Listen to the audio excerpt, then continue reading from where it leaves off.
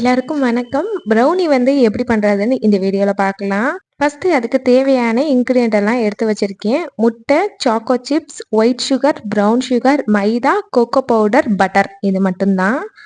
எந்தெந்த அளவுகள்னு சொல்லிட்டு one by ஒன்னா நான் வந்து செய்யறப்பயே சொல்லிடுறேன். 50 கிராம் அளவுக்கு பட்டரை வந்து ஃபர்ஸ்ட் டபுள் பாயிலிங் மெத்தட்ல மெல்ட் பண்ணி எடுத்துக்கலாம். சாக்லேட் இருந்தால் 100 கிராம் எடுத்துக்கணும். என்கிட்ட சாக்லேட் இல்லாதனால நான் வந்து சாக்கோ சிப்ஸ் வந்து 100 கிராம் எடுத்திருக்கேன்.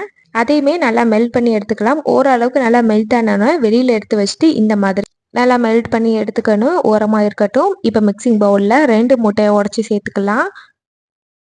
முட்டையை வந்து லைட்டாக பீட் பண்ணி எடுத்துக்கிட்டேன். இது கூடவே வந்து அரை கப் அளவுக்கு நாட்டு சர்க்கரை சேர்த்துட்டு லைட்டாக மிக்ஸ் பண்ணதுக்கப்புறமா ஒயிட் சுகர் எடுத்திருக்கேன். அதை லைட்டாக பவுட்ரு பண்ணிவிட்டு அதுவும் அதே அளவு எடுத்திருக்கேன். நல்லா ஜலிச்சுட்டு சேர்த்துக்கலாம்.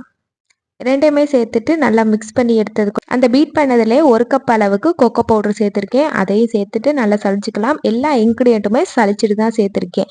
இந்த மைதா அளவு மட்டும் அரை கப்பு சேர்த்துருந்தா கரெக்டாக இருந்திருக்கும். நான் 1 கப்பு சேர்த்தனால லைட்டாக கேக் மாதிரி வந்துருந்துச்சு. அது கூடவே அரை டேபிள் ஸ்பூன் பேக்கிங் சோடா, அரை டேபிள் ஸ்பூன் பேக்கிங் பவுடர் சேர்த்துட்டு ஜலிச்சிட்டு அதையும் நல்லா மிக்ஸ் பண்ணிக்கலாம். இப்போ நம்ம மிக்ஸ் பண்ணி வச்சிருக்க பட்டரையும் சாக்லேட்டையுமே சேர்த்துட்டு நல்லா இந்த மாதிரி கலந்துக்கணும். பேட்டர் வந்து ரொம்ப தண்ணியாகவும் இல்லாமல் கெட்டியாகவும் இல்லாமல் கரெக்டான அளவில் இருந்துச்சு. எனக்கு கொஞ்சம் கெட்டியாக இருந்துச்சு. அதான் அந்த மைதா கொஞ்சம் கூட போனனால நான் பால் சேர்க்கலாமா என்னன்னு எனக்கு தெரியாதனால நான் அப்படியே வச்சு பேக் பண்ணி எடுத்துக்கிட்டேன். குக்கரில் தான் பண்ணுறதுனால குக்கரில் சால்ட்டு போட்டுட்டு 10 நிமிஷம் ப்ரீஹீட் பண்ணி எடுத்துக்கலாம். ஒரு கிண்ணத்துல வந்து எண்ணெய் தடவி அதில் மைதா அதுக்கு மேலே நம்ம ரெடி பண்ணி வச்சிருக்க கேக் பேட்டரை போட்டு நல்லா ஒரு ஈக்குவலாக வந்து ஸ்ப்ரெட் பண்ணி எடுத்துக்கணும். இதுக்கு மேலே தேவையான நட்ஸு அதுக்கப்புறம் சாக்கோ சிப்ஸ் போட்டுக்கலாம். நான் கொஞ்சம் வந்து வால்நட்ஸும் சாக்கோ சிப்பும் போட்டிருக்கேன்.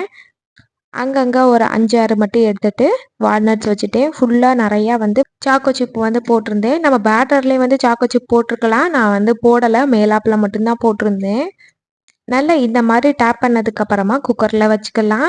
குக்கரில் வந்து ஸ்டாண்டு போட்டிருக்கேன். அது மேலே வச்சுக்கலாம். மெயினாக வந்து குக்கரில் வந்து விசில் நான் வச்சுருக்கேன். ஆனால் உள்ளே இருக்க வயரை மட்டும் நான் எடுத்திருக்கேன். யார் போகாமல் இருந்தால் சீக்கிரம் வந்து பேக் ஆகிடும் அப்படின்னு. கரெக்டாக நான் வைக்கும்போது மணி வந்து 11:15 இருந்துச்சு. ஒரு 12 மணி இருக்கும்போது ஓப்பன் பண்ணி பார்த்துருந்தேன். நல்லா பேக் ஆகி வந்துருந்துச்சு. லைட்டாக ஸ்டிக்கை வச்சு குத்தி பார்த்துருந்தேன். ஒட்டாமல் வந்துருந்துச்சு. நல்லா ஆறுனதுக்கு அப்புறமா சைடில் நான் கட் பண்ணிவிட்டு நடுவில் பீஸ் ஸ்கொயர் ஷேப்பில் வந்து கட் பண்ணி எடுத்துக்கிட்டேன். இந்த மாதிரி தான் எனக்கு வந்துருந்துச்சு ப்ரௌனியாக கேக்கான்னு எனக்கு தெரியலை. ஆனால் டேஸ்ட்டு வந்து கொஞ்சம் டிஃப்ரெண்ட்டாக நல்லாவே இருந்துச்சு. அவ்வளோதான், இந்த வீடியோட எண்டுக்கு வந்தாச்சு. இந்த வீடியோ உங்களுக்கு பிடிச்சிருந்துச்சுன்னா மறக்காமல் லைக் அண்ட் சப்ஸ்கிரைப் பண்ணிக்கோங்க.